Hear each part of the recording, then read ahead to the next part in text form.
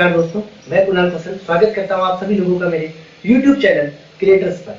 आज मैं लेकर आया हूं आप लोगों के सामने एक और रियल लाइफ इंस्पायरिंग स्टोरी, जिसके बारे में हम जानकर आपको उनकी लाइफ से बहुत ज्यादा मोटिवेशन, बहुत ज्यादा कुछ सीखने को मिलने वाला है। तो आज हम बात करने वाले हैं उस व्यक्ति के बारे में जिन्होंने एक समय के अंदर अपना भोजन के लिए भीख मांगी थी और आज 43 करोड़ की कंपनी के वो मालिक हैं। तो जी हाँ दोस्तों, आज हम बात करने वाले हैं कर्नाटका के रेणुका आराध्य के बारे में। रेणुका आराध्य एक परफेक्ट एग्जांपल है सेल्फ मेड मिलियनेयर के। तो इनकी लाइफ से जुड़ी कुछ बातों के बारे में आज हम डिस्कस करने वाले हैं, तो वीडियो को अंत तक देखिएगा। अगर आप इस चैनल पर नए हैं तो वीडियो को लाइक कीजिएगा, चैनल को सब्सक्राइब कीजिएगा और बेल आइकन को हिट कीजिएगा ताकि हम ऐसी और भी मोटिवेशन स्टोरी आप लोगों तक पहुंच सके। तो चलिए शुरू करते हैं। रेणुका का जन्म बेंगलोर के पास एक छोटे से गांव में हुआ। उनके पिताजी पुजारी थे जिनकी कोई निश्चित आय नहीं थी, इसलिए रेणुका वो उनके बड़े भाई और उनके पिताजी भिक्षा मांगा करते थे, जिससे इकट्ठा हुए अनाज को वो खाकर अपना गुजारा करते थे। वो बचे हुए अनाज को वो बेचकर अपने परिवार का पालन किया करते थे। 3 भाई बहनों में रेणुका सबसे छोटे थे, जिस वजह से उनको अपने माता पिता के साथ गांव में ही रुकना पड़ा। वह बड़े भाई व बड़ी बहन को पढ़ाई के लिए बेंगलोर भेज दिया था। रेणुका अपनी पढ़ाई के साथ साथ खेत में काम किया करते थे, लेकिन जब परिवार की समस्याएं बढ़ने लगी तो रेणुका के पिताजी ने रेणुका को 12 वर्ष की उम्र में लोगों के घरों में भेजने का फैसला लिया, जहां वो मवेशियों को पालते थे और घर का काम भी किया करते थे। रेणुका जब 15 वर्ष के थे तब उनके पिताजी की मृत्यु हो गई थी। माँ और बड़ी बहन की जिम्मेवारी 15 वर्ष के रेणुका पर आ चुकी थी, क्योंकि उनके बड़े भाई जो कि विवाहित थे उन्होंने जिम्मेवारी लेने से मना कर दिया था। इसलिए रेणुका को उस उम्र में पढ़ाई को छोड़कर काम करना शुरू करना पड़ा। रेणुका ने कई काम किए, जिसमें प्लास्टिक बनाने वाली फैक्ट्री हो, चाहे आइस क्यूब की फैक्ट्री हो, या कई छोटे मोटे मजदूरी के काम भी रेणुका ने किए। वह साथ में रात को सुरक्षा गार्ड का काम भी रेणुका ने उस समय में किया अपने परिवार का गुजारा चलाने के लिए। बाद में उन्हें एक प्रिंटिंग सेंटर में स्वीपर की नौकरी मिल गई।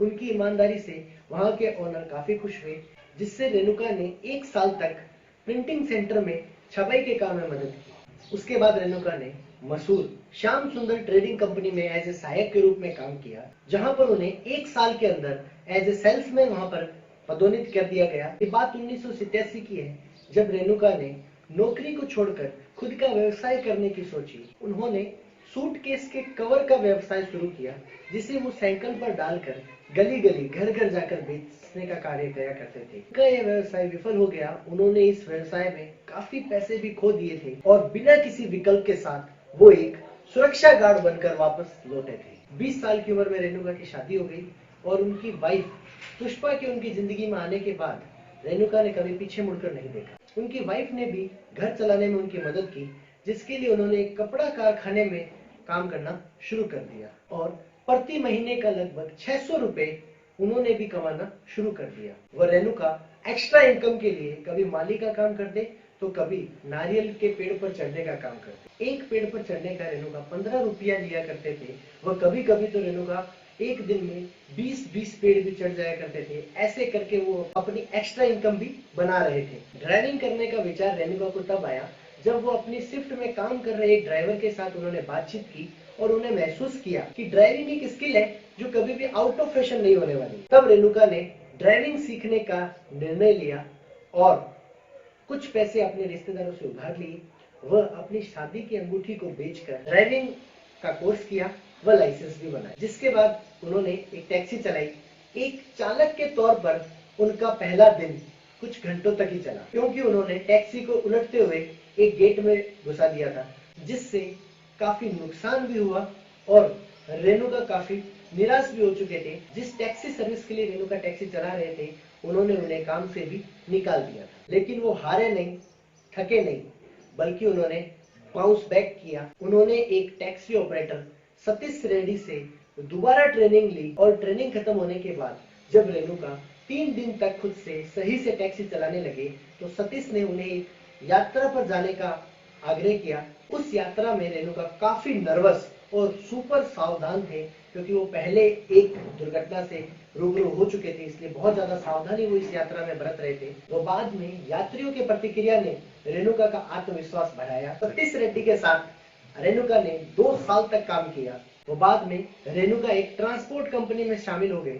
जिसने पूरे भारत में अंतिम संस्कार के लिए शवों को अस्पतालों से उनके घर तक पहुंचाने का कार्य किया। एक इंटरव्यू में रेणुका बताते हैं कि मैंने वहां 4 साल काम किया, वह लगभग 300 शवों को उनके घरों तक पहुंचाया।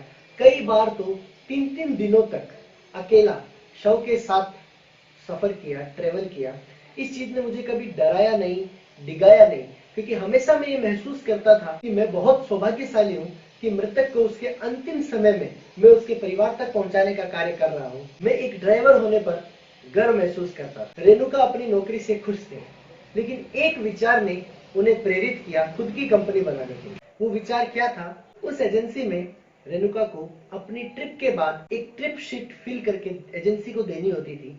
तो एक बार रेणुका एक अपनी ट्रिप शीट फिल करके एजेंसी को देने गई, तो उन्हें बाहर ही रुकने को कहा गया सुरक्षा गार्ड के द्वारा। सुरक्षा गार्ड के द्वारा उनसे वो ट्रिप शीट लेकर अंदर तक पहुंचाएगी। तो उन्हें एक विचार आया कि क्यों ना मैं खुद एक ऐसी कंपनी बनाऊं जहां पर सभी का दायित्व समान हो, सभी को समान रिस्पेक्ट मिले और हर व्यक्ति को ये स्वतंत्रता हो कि वो किसी से भी अपने विचार या अपनी चीज खुद जाकर पहुंचा सके। ये विचार उन्हें बहुत ज्यादा प्रेरित किया और उन्होंने खुद की कंपनी बनाने का सोचा। फिर सन 2000 में रेणुका ने अपनी पहली कार 1.5 लाख रुपए के लोन पर ली, जिसके लिए गारंटर बनने के लिए उनके भाई ने साफ इनकार कर दिया। तब जाकर अंत में उन्होंने अपनी बची हुई कुछ सेविंग्स और पत्नी के कुछ फंड को तोड़वाकर उस गाड़ी को परचेज किया और अपने व्यवसाय की नींव रखी। वो पूरी ईमानदारी और मेहनत से अपने काम को कर रहे थे, जिसके चलते उन्होंने अगले कुछ सालों में 6 कारें और खरीद ली और 12 ड्राइवर को 12 घंटे की शिफ्ट पर रखा। 2006 में उन्हें पता चला कि इंडियन सिटी टैक्सी नामक एक कंपनी बिकने वाली है। उन्होंने अपनी लगभग सभी कारों को बेचकर उस कंपनी को खरीद लिया और उन्होंने अपनी नई कंपनी को ASI प्रवासी टैक्सी के नाम से रजिस्टर किया। चूंकि उस कंपनी के पास पहले से ही 30 टैक्सियां थी, उसी से ही रेणुका ने अपना नया व्यापार शुरू किया। शुरू में काफी प्रॉब्लम्स आई और उन्हें जाकर पहला ग्राहक अमेजन इंडिया के तौर पर मिला, जिन्होंने कॉन्ट्रैक्ट के हिसाब से उन्हें 3 महीने के बाद उनका पे आउट होना था। लेकिन इस 3 महीनों में डीजल, ड्राइवर की सैलरी वगैरह मिला के कई बार रेणुका को खुद से कई जगह से लोन लेना पड़ा अपने व्यापार को चलाने और बढ़ाने के लिए। अमेजन से पहला भुगतान रेणुका को 72,000 रुपए का था, जिसमें से मात्र 20,000 रुपए उन्होंने अपनी वाइफ को घर चलाने के लिए दिए। बाकी के पैसे सारे उन्होंने वापस अपने व्यापार में ही लगा दिए, जिससे वो अपने व्यापार को और तेज गति से बढ़ाना चाहते थे। और धीरे धीरे रेणुका की कंपनी में कैब्स की संख्या लगभग 300 पहुंच चुकी थी। 2018 तक कंपनी हैदराबाद, चेन्नई जैसे कई शहरों में अपना फैलाव बढ़ा चुकी थी। रेणुका की कंपनी में एक योजना चलती थी जो इतनी ज्यादा आकर्षित थी, जिसकी वजह से ओला और उबर जैसी कंपनियों के आने पर भी रेणुका का बिजनेस को वो ज्यादा प्रभावित नहीं कर सकते। रेणुका अपनी कंपनी में किसी भी ड्राइवर को 50,000 रुपए के डाउन पेमेंट पर एक नई कार खरीद कर दे देते थे, जिसमें ये एग्रीमेंट रहता था कि अगले 36 महीने तक वो ड्राइवर उनके वहां पर काम करेगा और उसकी सैलरी में से उस कार की EMI काट ली जाएगी। और 36 महीने के बाद जब वो कार की सारी इंस्टॉलमेंट पूरी हो जाती थी, तो वो कार उस ड्राइवर के नाम पर ट्रांसफर कर दी जाती थी और उसके बाद उस ड्राइवर की खुद की इच्छा है, अगर वो आगे उस कंपनी के साथ काम करना चाहे या किसी और कंपनी के साथ काम करना चाहे तो वो कर सकता है। रेणुका की कंपनी ने लगभग 45 करोड़ का कारोबार किया। वह अगले कुछ वर्षों में कुछ नए प्रोजेक्ट्स के साथ उनका लक्ष्य 100 करोड़ का टारगेट पार करने का है। तो दोस्तों, अंत में रेणुका का उन लोगों को संदेश जो अपनी लाइफ में आगे बढ़ना चाहते हैं और खुद का कुछ व्यवसाय करना चाहते हैं, तो रेणुका कहते हैं एक इंटरव्यू के दौरान कि अपनी जिंदगी में कभी भी बड़े सपने देखना और जोखिम लेना बंद ना करें और अपनी लाइफ के हर पहलुओं में ईमानदार रहें, चाहे फिर वो आपका परिवार हो या दोस्ती या फिर आपका व्यवसाय। आप हमेशा ईमानदार रहें और कभी भी सीखना बंद ना करें। मैं कभी भी कॉलेज नहीं गया, ये दुनिया ही मेरी यूनिवर्सिटी थी और लोग मेरी किताबें।